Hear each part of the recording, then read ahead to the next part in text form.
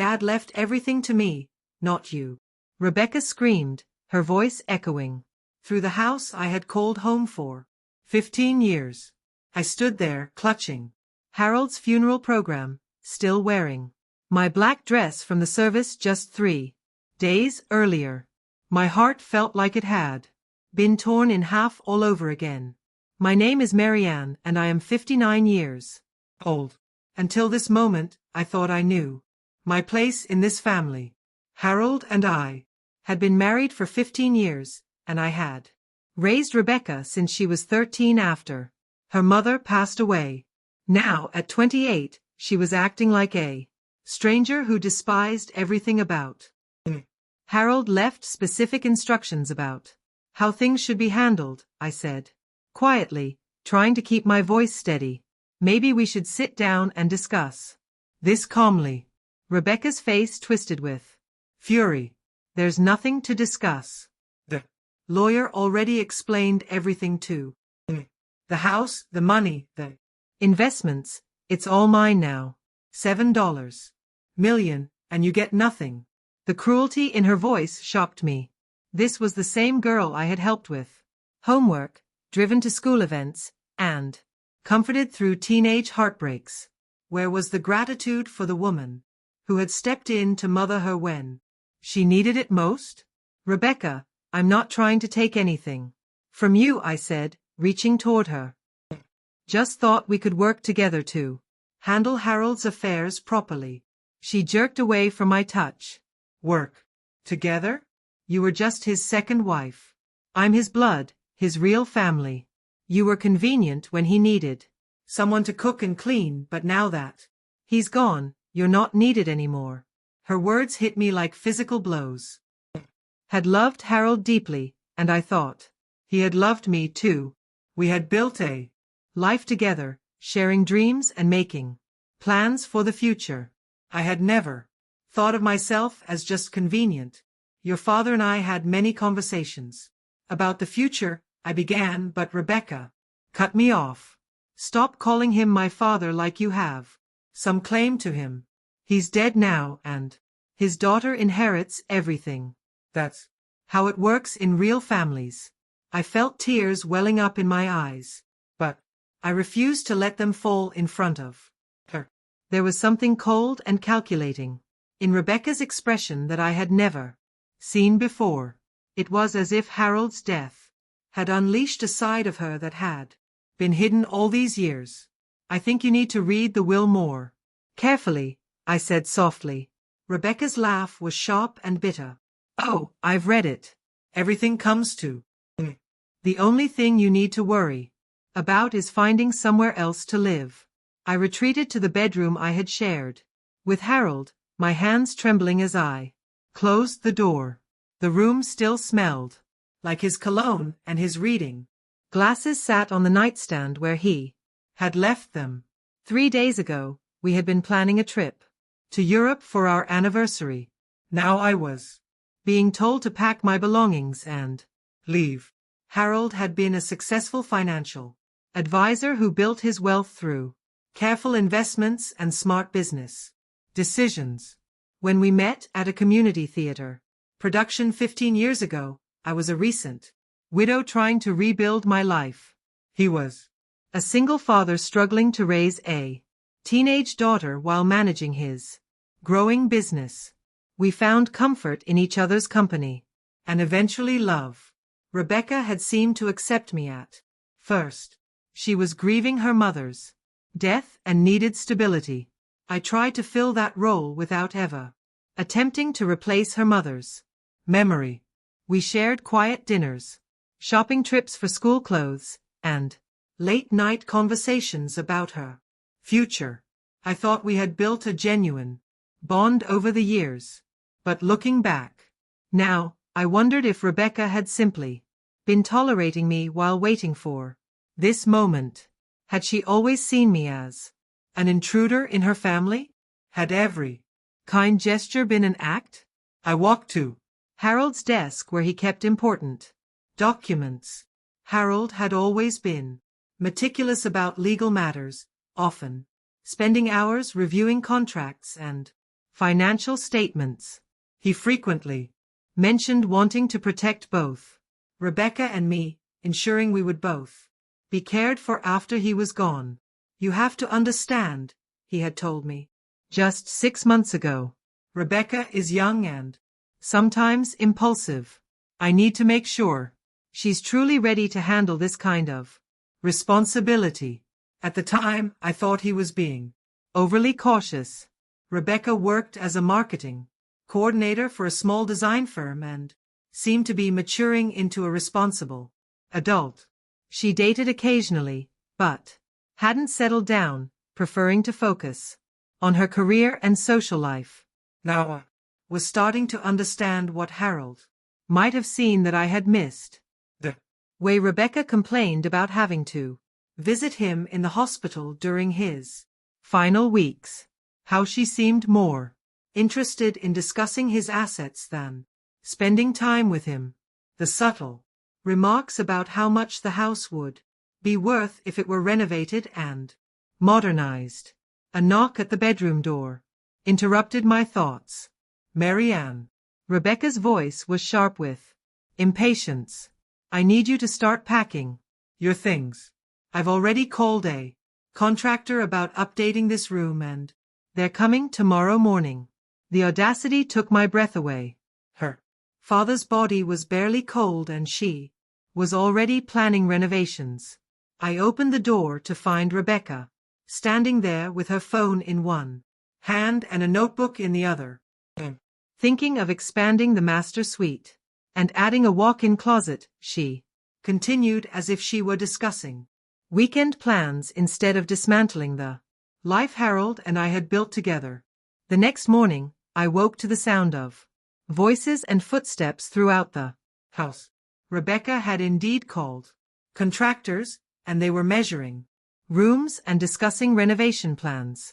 The noise felt like desecration, as if she were erasing Harold's presence from his own home. I found Rebecca in the kitchen, surrounded by fabric samples and paint chips, talking animatedly on her phone. Yes, I want the entire first floor opened up. Money is no object, was saying. This house hasn't been updated since the 90s, and it needs to reflect a more modern lifestyle. When she saw me, she ended her call abruptly. Good. You're up. I need you to clear out Dad's office today. The architect wants to turn it into a wine cellar with a tasting area. A wine cellar? Harold barely drank. And Rebecca's idea of wine appreciation was buying whatever bottle had the prettiest label at the grocery store. Rebecca, don't you think you're moving too quickly? Your father just passed away 3 days ago. Maybe we should take some time to grieve before making major changes. Her expression hardened. I don't need grief counseling from you. I've already mourned him. Now I need to move forward with my life, and that means making this house work for me. She walked over to a contractor who was examining the living room walls. Can we take this wall down completely? I want to create an entertainment space with a large screen television in a bar area. I watched in horror as she casually discussed demolishing the walls that housed Harold's favorite family photos and the built-in bookshelves where he kept his collection of financial journals. These weren't just walls too. They were memories. I'm going to the bank this afternoon to start the paperwork for accessing Dad's accounts, Rebecca announced when the contractor stepped outside. I want to get everything transferred into my name as quickly as possible. The accounts? Asked confused. Harold always handled our finances jointly. Are you sure there won't be any complications? Rebecca's smile was condescending. Marianne, you obviously don't understand how inheritance works. When someone dies, their assets go to their children, not their spouse's second time around. Dad's lawyer explained everything to me yesterday. She pulled out a folder thick with documents. See, Here's the will, the insurance, policies, the investment accounts. It's all very straightforward. $7 million, all going directly to me. Stared at the papers she was waving, noting that she seemed to have only selected portions of the documentation. Harold had always been thorough about legal matters, often creating multiple layers of protection for important decisions. Rebecca, are you certain you have all the documents? Your father was very careful about these things. Of course I have everything, she snapped. What are you implying? That I don't know how to read legal papers? The contractors returned and Rebecca immediately turned her attention back to renovation plans, dismissing my concerns with a wave of her hand. By afternoon, Rebecca had transformed into a woman I barely recognized. She strutted through the house like she owned a palace, pointing out changes to be made and discussing expensive upgrades with an enthusiasm that felt almost manic. I'm thinking marble countertops in the kitchen, she told one contractor.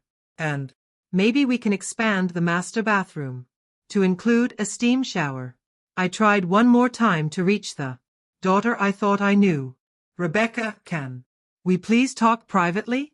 I feel like we're both still processing Harold's death and maybe we're making decisions too quickly. She turned to me with exaggerated patience, as if I were a slow child. Marianne, I appreciate that you're having trouble accepting the new reality, but this is my house now. I'm not making rash decisions.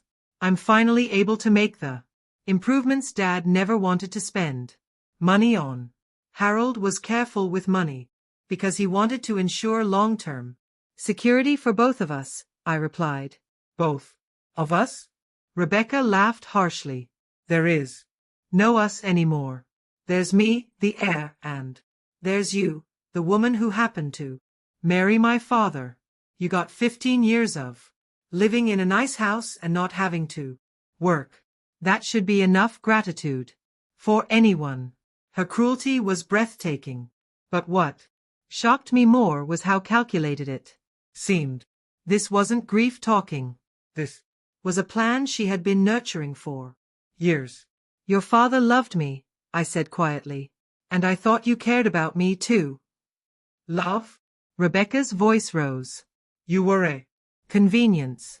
Dad needed someone to cook his meals and keep house while he focused on building wealth for his real family.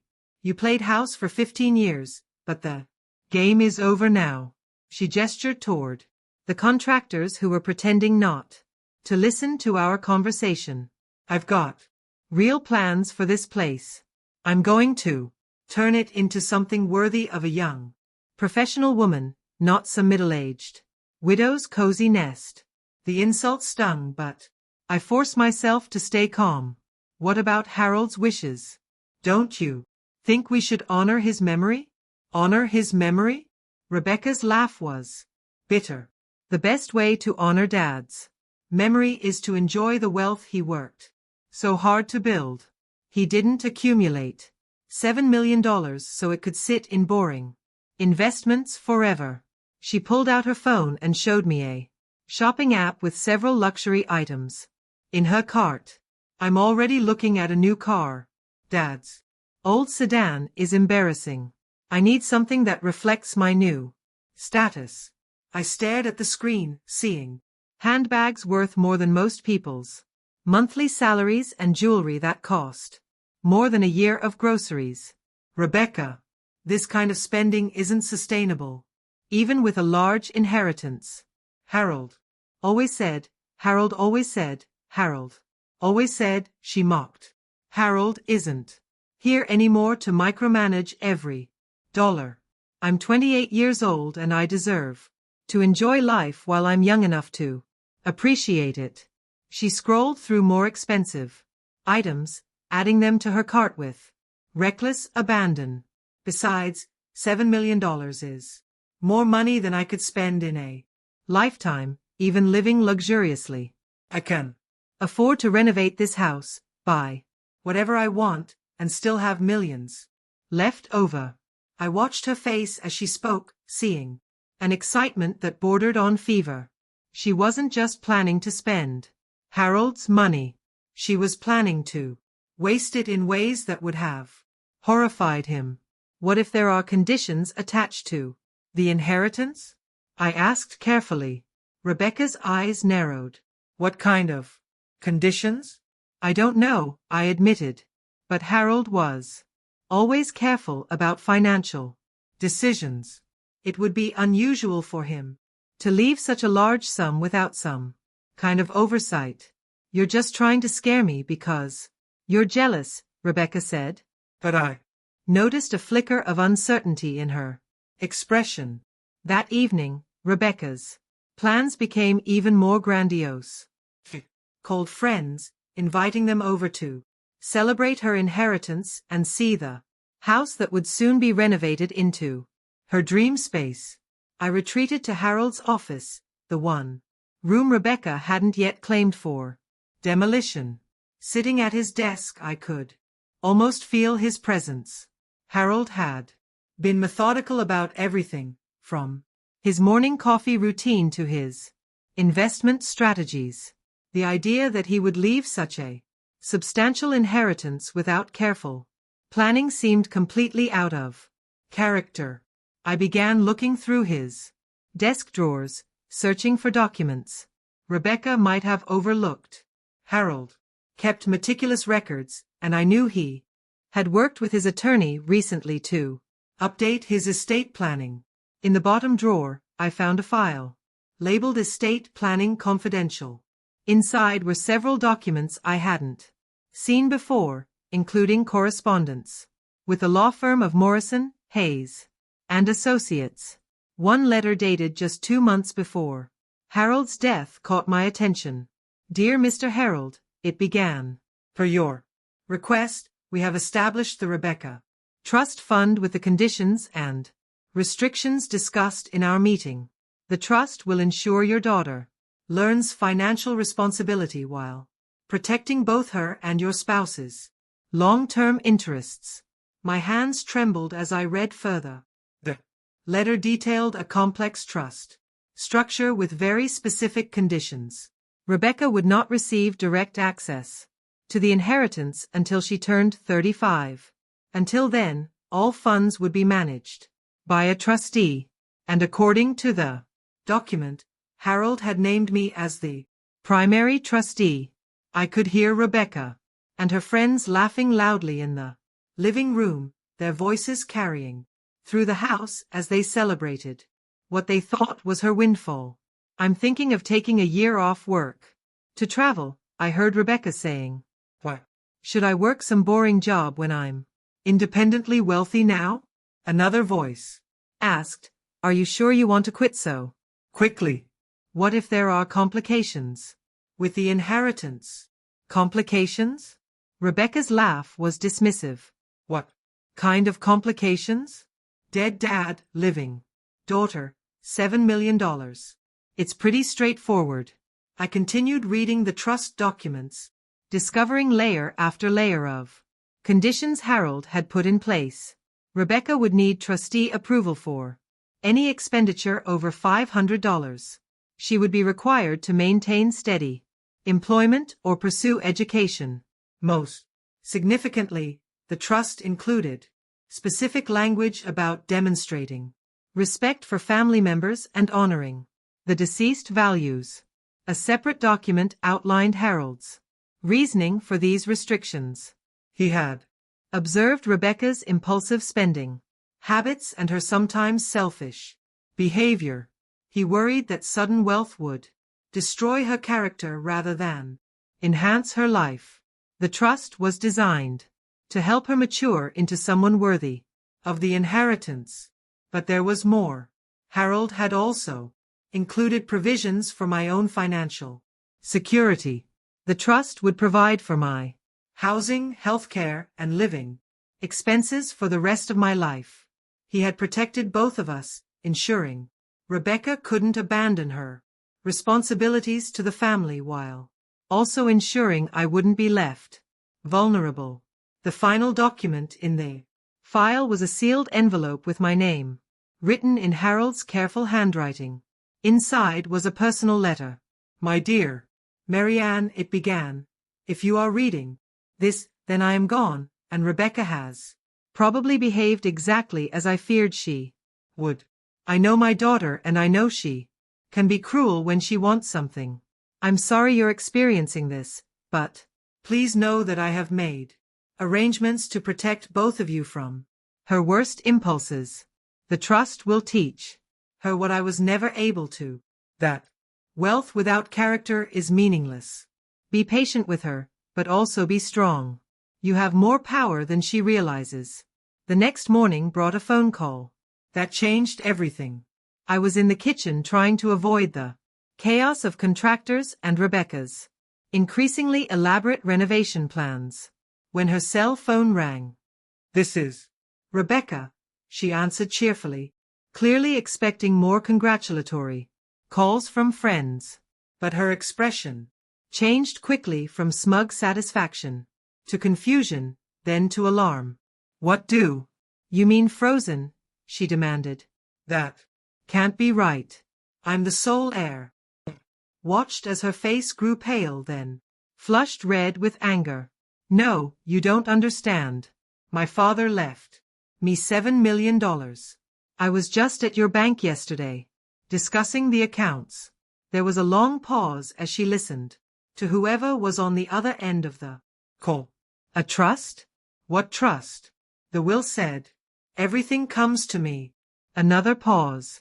And now Rebecca's hands were shaking. I need to come in immediately. This is obviously some kind of mistake. She ended the call and stood frozen in the middle of the kitchen, staring at her phone as if it had personally betrayed her. What was that about? Asked, though I already suspected. Rebecca's voice was barely a whisper. The bank says the accounts are frozen. They say there's some kind of trust that controls access to the money. Looked at me with wild eyes. You knew about this, didn't you? That's why you kept asking about conditions and complications.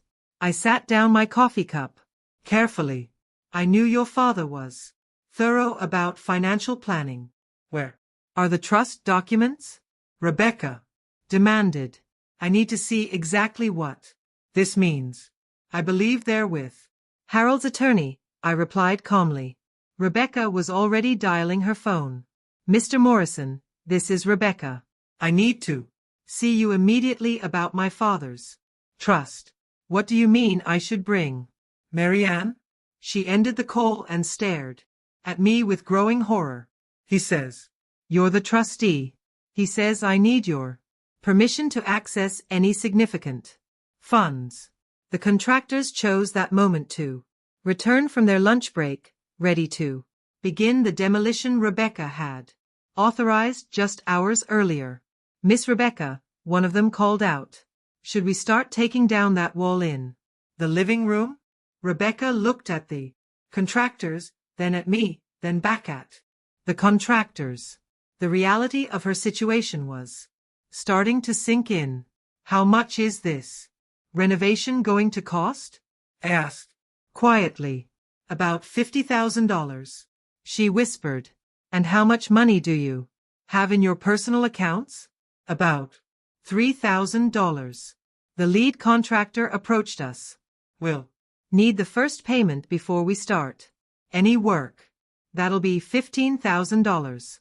Rebecca's face crumbled as the full weight of her situation became clear. She had quit her job that morning, spent her personal savings on a shopping spree, and committed to expensive renovations she couldn't afford. All based on access to money that was now locked away from her. I need to call them back, she said desperately. There has to be a way to fix this. But I could see in her eyes that she was beginning to understand. The power dynamic she thought she controlled had just reversed completely. She wasn't the wealthy Aries making demands. She was a 28-year-old woman who had just discovered she was entirely dependent on the stepmother she had tried to throw out of the house. The contractors were waiting for an answer, and Rebecca looked at me with something I hadn't seen from her in years. Genuine fear. Marianne. Rebecca's voice cracked as she said my name. We need to talk privately. I nodded to the contractors. Gentlemen, I'm afraid there's been a misunderstanding about the renovation timeline. We'll need to postpone any work until we can sort out the financing. The lead contractor looked confused, but Miss Rebecca already signed the contract and scheduled us to start today. Understand, I said calmly, but circumstances have changed. We'll contact you once we've resolved the financial arrangements. After the contractors left, grumbling about wasted time and delayed projects, Rebecca collapsed into one of Harold's leather chairs. The triumphant, cruel woman from yesterday had been replaced by someone who looked lost and frightened. Tell me exactly what this trust means, she said quietly. I sat across from her. The trust document spread on the coffee table between us. Your father created a structure designed to help you learn financial responsibility. Until you turn 35, I control all access to his estate. 35?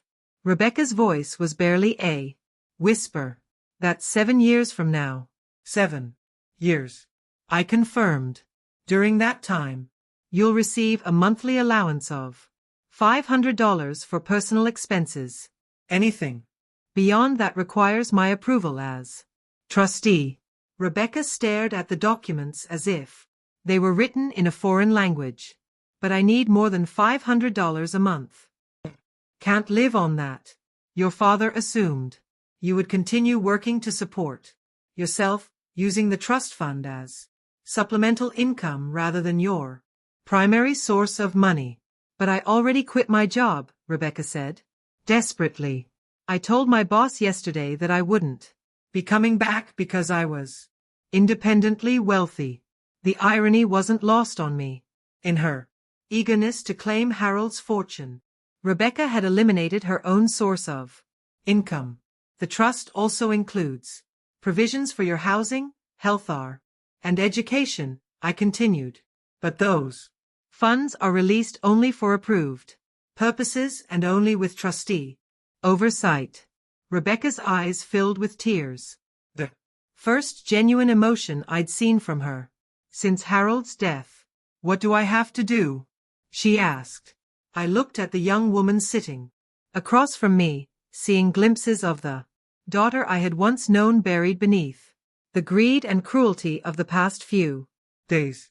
The trust requires you to demonstrate financial responsibility, maintain steady employment or pursue education and show respect for family members, I explained.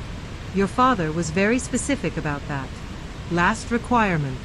Rebecca winced, clearly remembering her behavior toward me. There's also a clause about honoring his values and maintaining the family home appropriately, I continued. Harold loved this house and wanted it preserved, not gutted for trendy renovations. So you control everything, Rebecca said bitterly.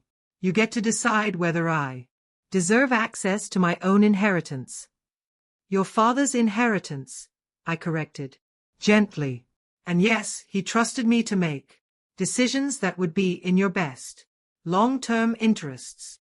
Rebecca was quiet for several minutes, processing the reality of her situation. Finally, she looked up at me with something resembling humility. What happens if I don't meet the requirements? I consulted the trust documents. If you fail to comply with the terms, the trust fund will be donated to financial literacy charities and you'll receive nothing. The color drained from Rebecca's face. He would really do that, cut me off completely. Your father believed that wealth without character was worthless, I replied. He structured the trust to ensure you would develop both. Rebecca stood up and walked to the window, looking out at the garden Harold had lovingly maintained. For the first time since his death, she seemed to be actually thinking about him, rather than his money. I've been horrible to you, she said without turning around. Yes, I agreed. You have been. She turned back to face me, tears streaming down her cheeks. Can you ever forgive me? Rebecca faced 7 years of financial dependence on the stepmother she had cruelly evicted with. Harold's trust requiring demonstrated respect, responsibility, and family care before she could access her inheritance. Her attempts to find new employment were complicated by her impulsive resignation and lack of professional references, forcing her to take entry-level positions that barely covered her basic expenses while she waited for trust fund approvals. The expensive car she had ordered was repossessed when she couldn't make the payments, and her social circle gradually distanced themselves as they realized her wealthy era status was largely fictional.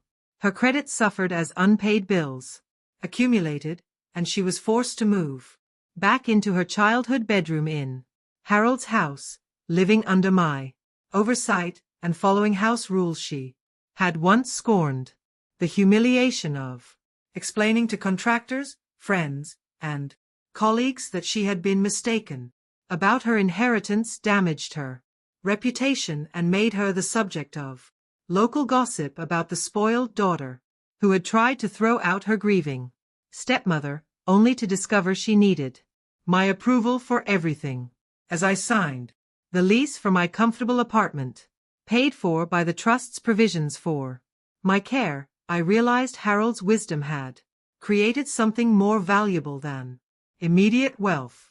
He had given Rebecca the opportunity to earn what she received rather than simply inheriting it without growth, and he had ensured that his love for both of us would continue protecting our family long after his death.